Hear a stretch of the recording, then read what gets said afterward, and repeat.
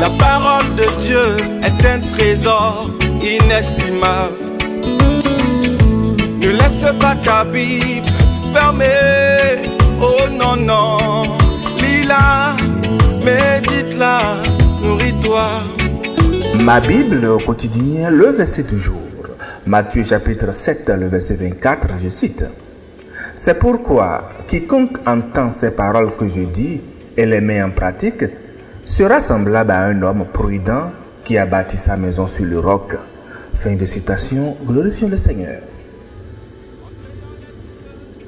Alléluia, bien-aimés auditeurs et auditrices de notre Seigneur Jésus-Christ.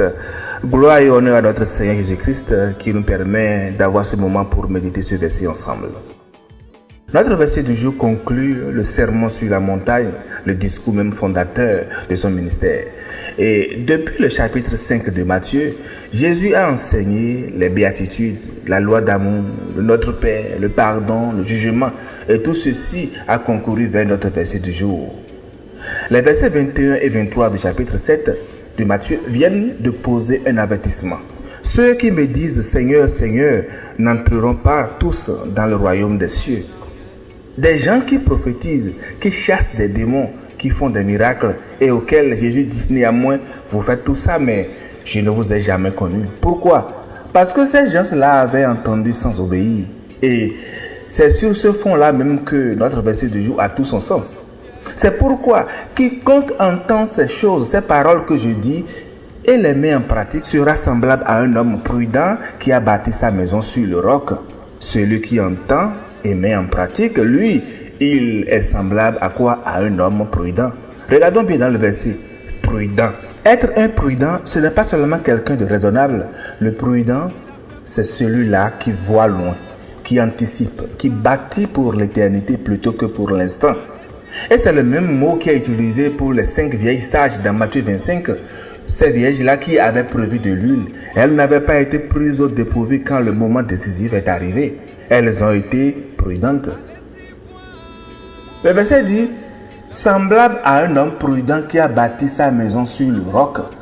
Le roc ici, ça peut sembler être un caillou, mais ce n'est pas un simple caillou. C'est une masse rocheuse très massive. On peut le lire dans Matthieu 16, le verset 18. Sur ce roc, je bâtirai mon église. Bâtir sa vie sur la parole de Christ, je vous dis bien-aimés, c'est bâtir sur le fondement de l'église, sur Christ lui-même. Chers amis dans le Seigneur, chacun construit aujourd'hui sa vie forcément sur quelque chose.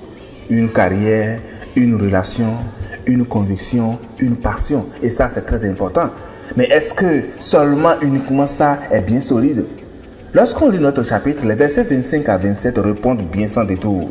La pluie tombe, les fleuves débordent, les vents soufflent. La tempête ne demande pas la permission avant d'arriver.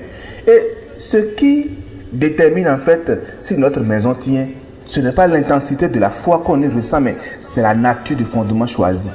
Si tu bâtis simplement sur du sable, ça ne va jamais tenir. Mais si tu bâtis sur le roc, sur cet appui-là inébranlable, ta maison va résister.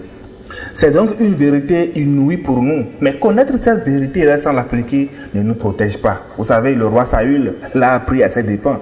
Il a perdu son royaume, non pas par ignorance, mais par obéissance partielle. Samuel lui a dit, l'obéissance vaut mieux que les sacrifices. Vous savez, vous connaissez l'histoire de Jonas. Jonas a fui l'appel de Dieu, ce qui a failli lui coûter la vie. Bien-aimé, lorsque vous retardez l'obéissance à moitié, c'est encore de la désobéissance. Et Dieu nous invite aujourd'hui à obéir, à bâtir nos vies, nos relations, tout ce que nous faisons, mais sur le roc. La parole de Dieu n'est pas un ensemble de règles arbitraires pour nous. C'est un mode d'emploi qui est construit pour notre bien. Aimer son prochain, pardonner plutôt que de nourrir la rancune, vivre dans l'honnêteté. Et ignorer ces fondements, je vous dis, conduit souvent à la ruine intérieure. Qui n'a jamais vu les dégâts du mensonge, de l'égoïsme et de la haine dans sa vie? Prospérez un peu vous-même et autour de vous. Vous verrez les dégâts que ces choses-là causent. Je ne voudrais pas que nous soyons partisans de tout cela. Revenons donc à la vérité et bâtissons nos vies sur le roc. Prions ensemble. Jéhovah, Jésus-Christ, Saint-Michel, Éternel notre Dieu, nous te remercions pour cette parole qui ne passe jamais. Ta parole est une lampe à nos pieds et en ce moment, Seigneur, nous voulons bâtir juste, non pas pour paraître solides devant les hommes, mais pour être nous-mêmes réels, sincères devant toi. Là où nous avons peut-être entendu sans obéir, Donne-nous, Seigneur, la grâce d'agir et que ta paix soit et demeure avec tout un chacun de nous. Au nom de notre Seigneur Jésus-Christ. Amen. Chers frères et sœurs, méditer la Bible nourrit l'esprit, mais lui obéir, c'est aussi bâtir notre vie solide. Et la proclamer chaque jour, c'est pouvoir offrir à nous-mêmes et aux autres une espérance.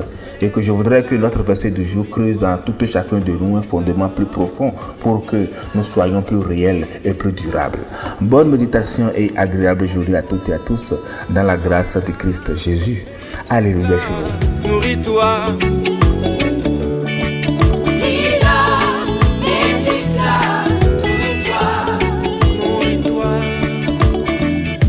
Un jour tu regarderas en arrière et tu réaliseras que tu t'es trop inquiété pour des choses